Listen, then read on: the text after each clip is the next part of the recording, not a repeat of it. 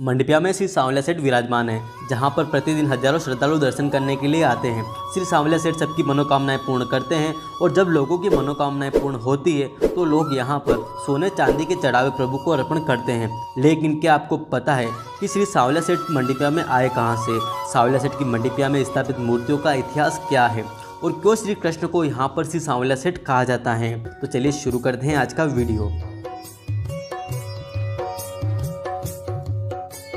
श्री सांवलिया सेठ जी का यह मंदिर उदयपुर चित्तौड़गढ़ हाईवे पर चित्तौड़गढ़ से 40 किलोमीटर की दूरी पर स्थित है, जिसे मंडपिया के नाम से जाना जाता है। भगवान श्री सांवलिया सेठ के इतिहास को लेकर कई प्रकार की किंवदंतियां प्रचलित है। आज उनमें से कुछ किंवदंतियां आपके सामने पेश करने जा रहे हैं, तो चलिए शुरू करते हैं।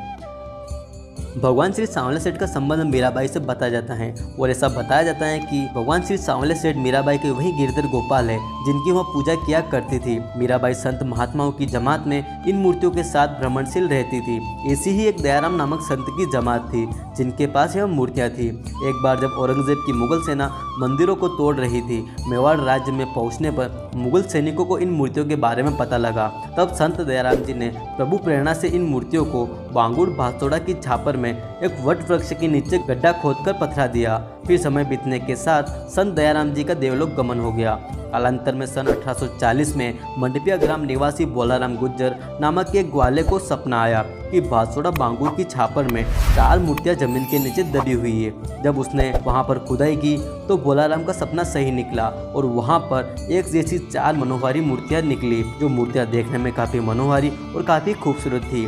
देखते ही देखते यह खबर सब तरफ फैल गई और आसपास के लोग प्राकट्य स्थल पर पहुंचने लगे। फिर सर्वसम्मति से 4 में से सबसे बड़ी मूर्ति को बासोड़ा ग्राम ले जाया गया। बासोड़ा ग्राम में प्रसिद्ध ग्रस्त संत पुजारी भगत रहते थे। उनके निर्देशन में उदयपुर मेवाड़ राज परिवार के भिंडट ठिकाने की ओर से श्री सांवलिया सेठ का मंदिर बनाया गया। यह मंदिर सबसे पुराना मंदिर है, इसलिए यह मंदिर श्री सांवलिया सेठ का प्राचीन मंदिर के नाम से जाना जाता है। मझली मूर्ति को वहीं खुदाई की जगह स्थापित किया गया, उसी प्राकट्य स्थल कहा जाता है।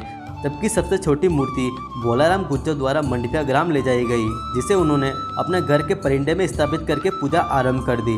चौथी मूर्ति निकलते समय ही खंडित हो गई, जिसे वापस उसी जगह पथरा दिया गया।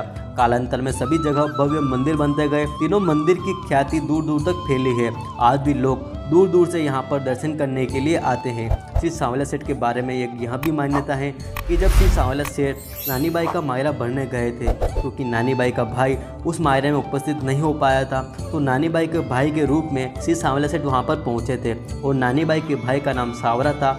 तो उसी मायरा भरने के कारण श्री कृष्ण को सांवलिया सेठ कहा जाने लगा। इसी नाम से श्री सांवलिया सेठ को आज जाना जाता है। व्यापार जगत में श्री सांवलिया सेठ की ख्याति इतनी है कि लोग अपने व्यापार को बढ़ाने के लिए उन्हें अपना बिजनेस पार्टनर बनाते हैं। अब बात करें दूसरी किंवदंती की। 1840 में तत्कालीन मेवाड़ के महाराणा यहाँ पर एक सड़क बना रहे थे।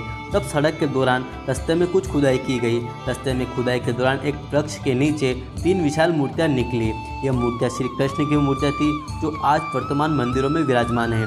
ऐसा बताया जाता है कि उसके बाद उन मूर्तियों को सभी अलग अलग जगह पर स्थापित किया गया और प्राकट्य स्थल मंदिर जहाँ पर बना है वहीं पर खुदाई हुई थी, जो बासोड़ा ग्राम में स्थित है।